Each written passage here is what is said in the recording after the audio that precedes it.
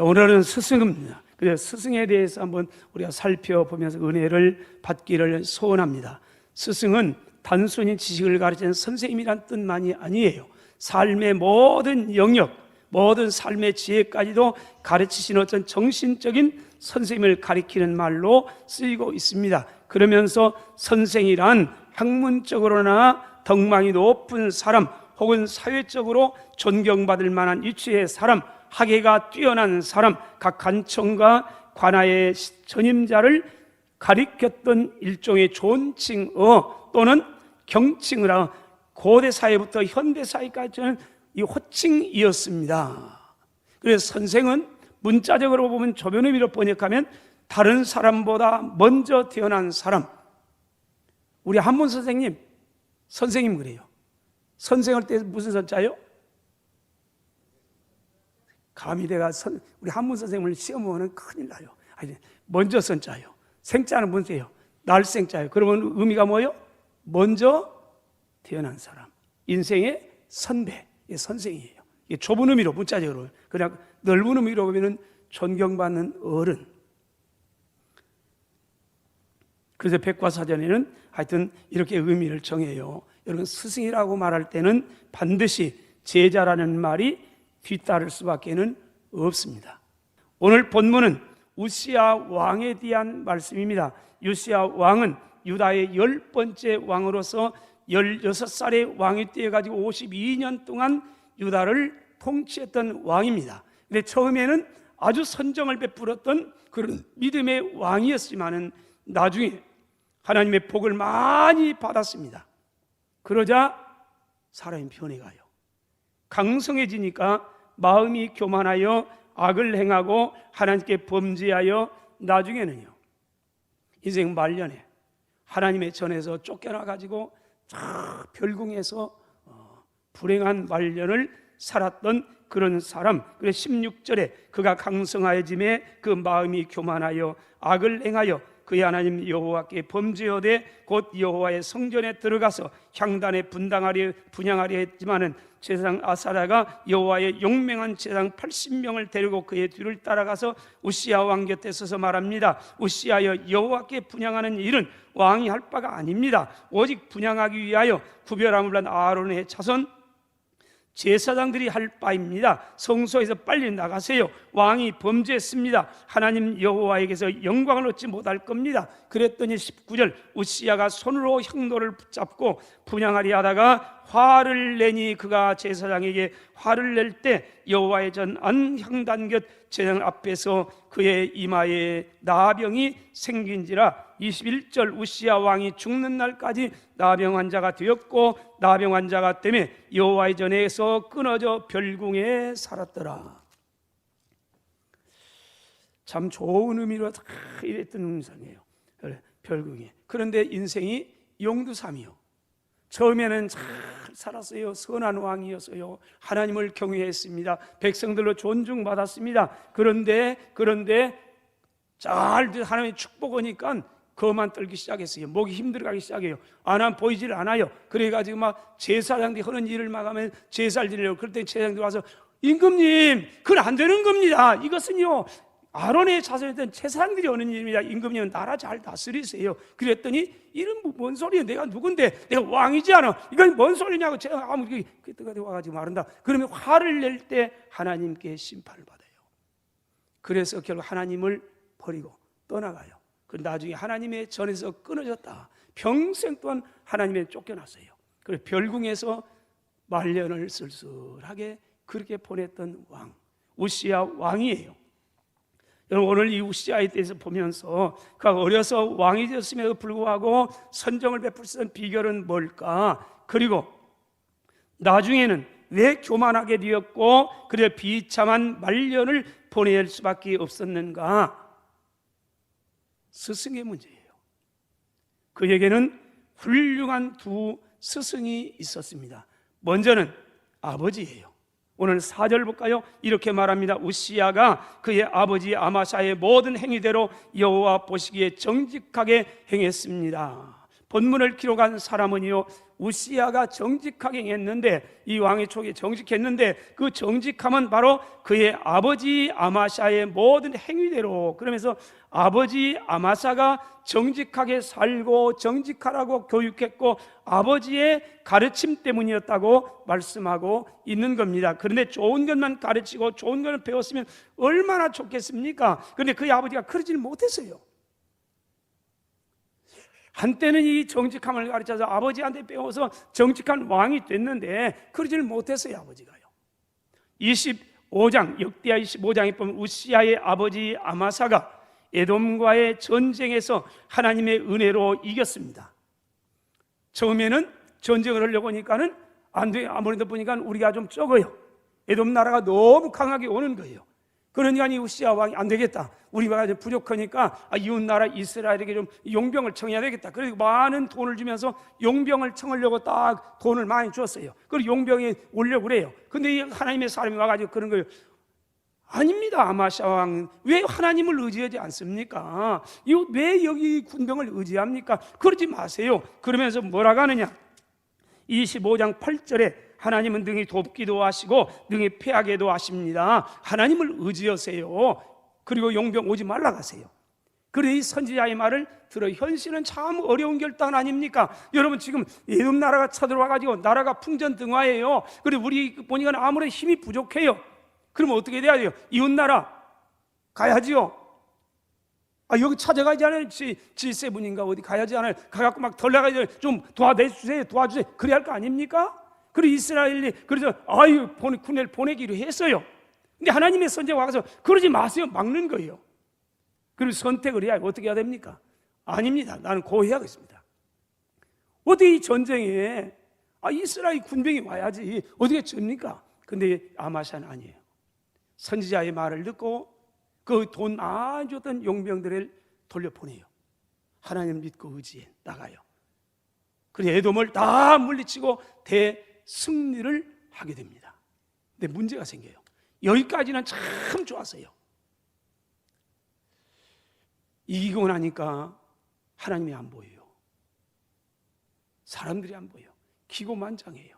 그래서 에돔의 우상을 가지고 와요. 선지자가 와서 말합니다. 아니 하나님이 도우셔서 이겼지 않습니까? 그들을 도왔던 그 신은 아무것도 아닙니다. 그런데 왜 그렇습니까? 그랬더니 이 아마사가 왜요? 그래가지고 아마사가 와가지고 아니요. 했더니 네가 누구야? 네가 뭐 왕의 모사냐? 네가 뭐냐? 하면서 막 야단을 쳐요. 그래서 결국은 나라가 어렵게 돼갑니다. 어쩌면 그렇게 아버지의 걸어갔던 전철을 이 우시야 왕도 똑같이 걸어가요. 똑같이요. 처음에는 정직하게 잘 배웠어요. 그리고 정직하게 하나님 경외하고 이렇게 살았는데 그의 아버지도 잘 되니까 형통하니까 그만 떨다가 따라 망했어요. 근데 우시야도 역시 마찬가지예요. 자, 우리 16절 그가 강성하여짐에 그의 마음이 교만하여 악을 행해서 하나님께 범죄하고 여호와의 성전에 막 이랬더라. 아버지의 교육 참 중요하지 않습니까? 결국 우시야는 하나님의 심판을 받고 죽는 날까지 이런 비극적인 삶을 살아요. 여러분 부모된 여러분, 저와 여러분 아닙니까? 우리의 자녀를 잘 가르치세요. 여러분 신앙을 잘 가르치세요. 주일 성수를 가르치세요. 생명처럼 여기 만드세요. 절제한 11조 생활을 가르치세요. 우리의 자녀들이 11조 생활 안 하고 있으면 주일 성수 안 하면 따끔하게 야단도 치세요. 그래야 우리의 자녀 하나님을 두려워해요. 나는 뭐 모자람이 없는데요. 그것 때문에 있는 게 아니에요. 여러분 선교를 가르치고 봉사와 섬김을 가르치세요. 겸손한 신앙생활을 가르치세요. 이것이 부모된 우리의 해야 할 책임이에요. 디모데후서 1장에 보면 바울 사도가 디모데의 아름다운 진실된 믿음을 칭찬하면서 뭐라고 합니까? 5절 이는 내 속에 거짓이 없는 믿음이 있는 것을 내가 생각하는데 이 믿음은 네 외할머니 로이스와 네 어머니 이 유니게 속에 있더니 내 속에도 있는 줄을 확신하노라. 디모데의 아름다운 믿음을 보면서요 바울이 참 감사해요. 그러면서 이 믿음은 바로 네 어머니에게 있었고 네 외할머니에게 있었고 그 외할머니의 교육, 어머니의 교육, 그 가정교육이 너 이렇게 멋진 하나님의 아들을 만들었다, 그 말 아닙니까? 여러분, 우리 믿음의 가르침이 진실한 믿음의 사람 디모데를 만들어냈다는 겁니다. 사랑하시는 여러분, 부모는 자녀들의 살아있는 교과서와 같습니다. 부모는 거울과 같습니다. 모든 인간은 가정으로부터 출발하게 됩니다. 첫 번째 만난 스승이 바로 부모입니다. 둘째로 이 우시아의 교회 신앙 교육이었습니다. 5절 볼까요? 이렇게 말합니다. 하나님의 묵시를 밝히 하는 스가랴가 사는 날 동안에는 하나님을 우시아가 찾았고 우시아가 하나님을 찾을 동안에는 하나님이 형통하게 하셨더라. 이 우시아에게는 하나님의 묵시를 밝히 하는, 하나님의 뜻을 밝히 하는, 그리고 하나님 알고 항상 하나님 가까이 섬겼던 신앙의 멘토인 스가랴의 가르침이 있었습니다. 우시아의 신앙의 멘토인 스가랴가 사는 날 동안에는 그가 그의 가르침을 받았고 하나님을 찾고 하나님을 찾는 동안에는 하나님께서 우시아를 축복하셔서 형통하게 하셨습니다. 그런데 역대하 24장에도 보면요, 그의 할아버지에 대한 얘기가 또 나와요. 우시아예요. 여기 보면 요아스라는 왕이 나오는데 7살에 유다의 왕이 뛰어서 40년 동안을 유다를 통치한 왕입니다. 그도 참 멋졌어요. 멋지게 왕조를 했어요. 그런데 나중에는 또 무너져가요. 2절에 제사장 여호야다가 세상에 사는 모든 날에 요아스가 여호와 보시기에 정직하게 행하였더라. 그러나 요아스도요, 여호야다의 제사장 여호야다 신앙의 멘토가 죽은 후에는 우상을 숭배하고 타락하게 됩니다. 역대하 4장 17절과 18절에 이렇게 말합니다. 여호야다가 죽은 후에 유다 방백들이 왔습니다. 왕위에 절하면서 말합니다. 왕이 그들의 말을 들었습니다. 그리고 그의 조상들이 하나님 여호와의 전을 버리고 아세라 목상과 우상을 섬겼으므로 그 죄로 말미암아 진노가 유다와 예루살렘에 임하니라. 여러분, 한 나라에 여호야다 제사장이 있을 때는 이 선지자가 신앙에 와서 멘토였어요. 잘 말씀 듣고 경외했는데 이 사람이 떠나가요. 아무리 훌륭한 사람도 떠나가는 거예요. 떠나가요. 그런데 한 사람 떠나가자 나라가 망해. 나라가 한 사람만 삐뚤어진 게 아니고 나라가 망해. 나라가요.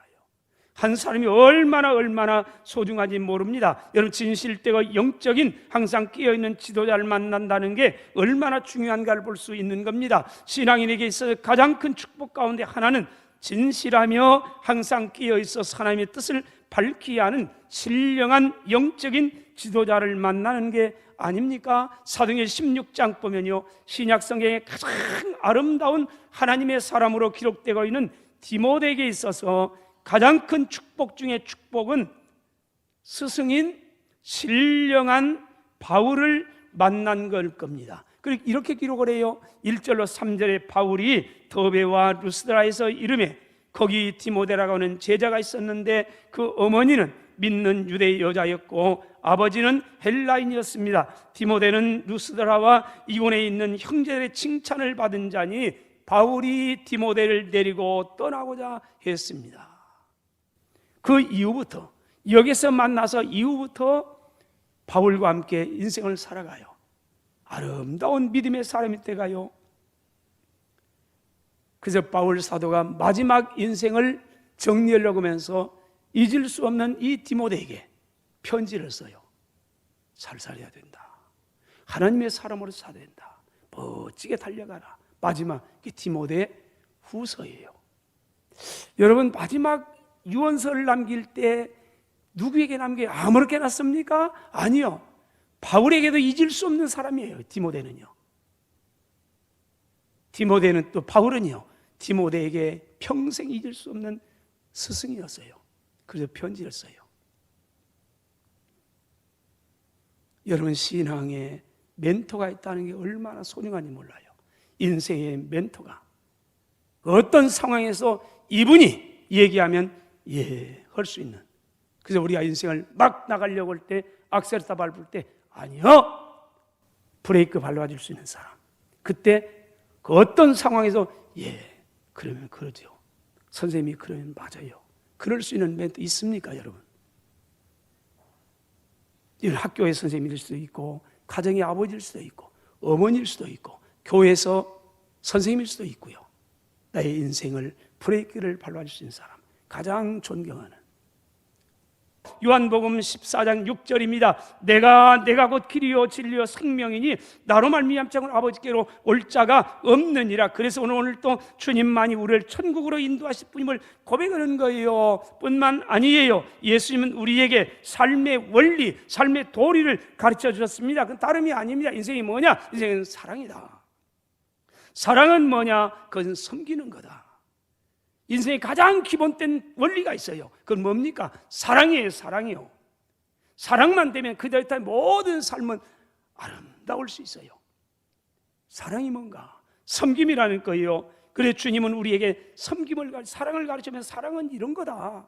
말이 아니라 손끝에 있는 거라. 그러면서요, 요한 13장 13절로 15절, 너희가 나를 선생이라 또는 주라 하니 너희 말이 옳도다. 내가 그러하다. 내가 주와 또는 선생이 되어 너희 발을 씻었으니 너희도 서로 발을 씻는 것이 옳으니라. 내가 너희에 행한 것 같이 너희도 행하게 하려 하여 오늘 본을 보였노라. 그럼 제자들의 발을 씻어줍니다. 발을 씻어줘요. 냄새나는 발을 씻어줘요. 저와 여러분의 발은요 깨끗해요. 왜요? 구두에다가 양말에다가 먼지도 없어요. 그러나 이 팔레스타인 지방은요 이게 아니에요. 샌달이에요. 샌달. 그러니까 밖에 나면 냄새가 나요. 모래 물리니까. 근데 주님이 다 씻겨줘요. 그때 베드로가 그래, 선생님 무슨 말인지 이거 안 됩니다. 내가요 가면 우리가 써야지요. 그때 아니라 내가 씻어줘야 된다. 그래, 너의 관계가 있다. 그럼 발을 씻어줘요. 그러면 사랑은 이런 거다. 사랑은 섬기는 거래요. 그런데 보세요, 이상합니다. 너희도 서로 발을 씻어주는 것이 옳으니라. 굉장히 부드러운 번역이에요. 이 옳다 그러면 안 해도 된다는 겁니까? 아니에요. 이 단어가 성경에 몇 권 나왔는데요, 먼저 이 오펠루라는 단어인데 이 단어에 나오는데 이 단어 로마서 13장 8절에서는요 굉장히 강하게 보여졌습니다. 피차 사랑의 빛 외에는 아무에게든지 아무 빚도 지지 말라. 이 빚이란 단어예요. 로마서에서는 빚으로 번역을 했어요. 오펠라는 단어를요. 오늘 주님은 이 요한복음에서는 옳은이라고 번역을 했어요. 그 다음에 고린도후서 12장 11절에 보면 내가 어리석은 자가 되었으니 너희가 억지로 시킨 것이니 나는 너희에게 칭찬을 받아야 마땅하니라. 근데 이 마땅하는 단어가 똑같은 단어예요. 그러니까 다시 볼까요? 이 오페일라는 단어는 한 곳에서는 옳으니라, 다른 건 마땅하니라, 하는 건 이것은 빚이라. 사랑은 빚이랍니다. 섬김은 빚이랍니다. 우리가 이웃을 섬기는 것은 섬기면서 목에다 힘주고요, 내가 이렇게 했는데 도와주었는데 내가 시에 베푸는 것이 아니라는 거예요. 이건 빚을 갚는 거라는 겁니다. 여러분, 빚을 갚으면 시혜를 베풀면 목에 힘 들어갈 수 있지 않습니까? 내가 도와주었으니까. 그러나 성경 그게 아니에요. 시혜가 아니고 빚을 갚는 겁니다. 빚을 갚으면서 목에 힘 들어가고 큰 소리 치고 그런 겁니까? 아니에요. 미안합니다. 늦게 갚아서 미안합니다. 그래서 이 단어를 빚으로 번역을 해요. 또 마땅하다, 의무예요. 사랑하며 사세요. 섬기며 사세요. 그러지 않으면 죄입니다. 우리 주님이 우리에게 사랑을 가르쳐, 이게 삶의 원리예요. 저와 여러분의 삶 속에 그렇게 사랑만 있으면 모든 삶이 다 오케이 되는 거예요. 이 사랑이 메몰라요. 우리는요, 이건 의무예요. 당연한 거예요. 열심히 섬기세요. 여러분, 그리고 가르치세요. 여러분이 예수 믿는 건 다름이 아니에요. 섬기는 겁니다. 사랑하는 겁니다. 하나님께 나에게 주신 것 가지고 열심히 섬기세요. 그러지 않으면 죄입니다. 이게 성경입니다. 사랑은 인간 삶의 가장 근본이 되는 원리인 겁니다. 빚을 갚는 겁니다. 그리고 예수의 진정한 사랑이 뭔가를 몸소 보내면서 우리에게 너희도 서로 발을 씻겨주는 것은 마땅하다. 이건 바로 빚을 갚는 것과 같은 거라 말씀하고 있는 겁니다. 성경에 보면 신앙의 두 모델이 있습니다. 하나는 자랑스러운 모델이 있고 하나는 부끄러움의 모델이 있습니다. 어쩌면 이 모습이 저와 여러분일 수도 있습니다. 자랑스러운 스승은 다름이 아니라 다윗입니다. 다윗은 모든 유다 왕들의 롤 모델이었습니다. 모든 왕들의 자랑스러운 스승이었습니다. 하나님께서 왕들의 행적을 칭찬하든지 책망하든지 하는 그 기준이 바로 다윗이었습니다. 열왕기하 22장 2절에 요시야가 여호와 보시기에 정직하게 행하여 그의 조상 다윗의 모든 길로 행하고 좌로 우로 치우치지 아니했습니다. 참 우리가 이 말씀 들으면서 조금 이해하기가 어려운 부분이 있어요. 아니, 다윗이 어떤 사람입니까? 우리는 잘 압니다. 다윗이 이웃의 아내가 탐이 나서 그 남편을 전장에 보내서 죽여요. 그리고 아내를 빼앗아 왔어요. 이런 놈이 신앙의 모델입니까? 근데 성경은 계속 이 다윗을 모델로 제시해요. 그 이유가 뭘까요? 도덕적으로 윤리적으로 허물이 없다는 겁니까? 그게 모델입니까? 그렇지 않아요. 믿음이에요, 믿음. 다윗은 그런데 한 번도 우상을 섬긴 적이 없어요. 인생은 다 허물이 있습니다. 여러분, 그분이 아무리 위대한 스승도 그림자가 있어요. 그런데 허물이 있는데 다윗도 허물이 있고 한 도덕적으로 윤리적으로 있어요. 그런데 하나님 보신 건 뭐예요? 믿음이에요. 하나님을 경외하고 여기서부터 나오느냐. 그래 롤 모델로 세우면서 누구는 아무개는 다윗의 길로 행하여 이렇게 살았더라. 계속 돼요. 다음 부끄러운 스승은 있어요. 여로보암이에요. 이스라엘 나라를 찢어가지고 나가서 10지파를 해가지고 북쪽 이스라엘 나라를 세웠습니다. 열왕기상 16장 26절에 보면 이스라엘의 6번째 왕이었던 오므리 왕의 악함을 기록하면서 이렇게 말합니다. 느밧의 아들 여로보암의 모든 길로 행하며 그가 이스라엘에게 죄를 범하게 하되 한 그 죄 중에 행하여 그들의 헛된 것들로 이스라엘의 하나님 여호와를 노하시게 하였더라. 부끄러운 거예요. 사랑하신 여러분, 인간은 빈손 들고 왔다가 빈손 들고 갑니다. 그러면 하나님 앞에 가서 아무것도 드릴 게 없습니까? 아니요. 우리의 삶이에요. 삶 전체를 가지고 하나님 앞에 갑니다. 뿐만 아니라 우리의 후손들 앞에서 역사를 써갑니다. 우리의 후손들 앞에 보일 게 있습니다. 이것이 걸음입니다. 발걸음, 내 자욱이에요. 오늘 스승의 주일입니다. 오늘 우리가 있음을 기억하세요. 우리가 한 질 자라서 있는 게 아니에요. 우리의 부모님의 은혜, 학교의 스승의 은혜, 교회 선생님, 집사님, 장로님, 권사님의 은혜. 한 걸음 더 나가서 예수님의 그 큰 은혜예요. 은혜를 기억하며 감사히 살고요. 우리는 여전히 또 앞서가는 선생님을 기억하면서 조심스럽게 인생을 살고요. 우리의 뒤를 오는 우리의 후배들, 후손들에게 부끄러움이 없는 믿음의 저와 여러분 되시기를 주의 이름으로 축원합니다.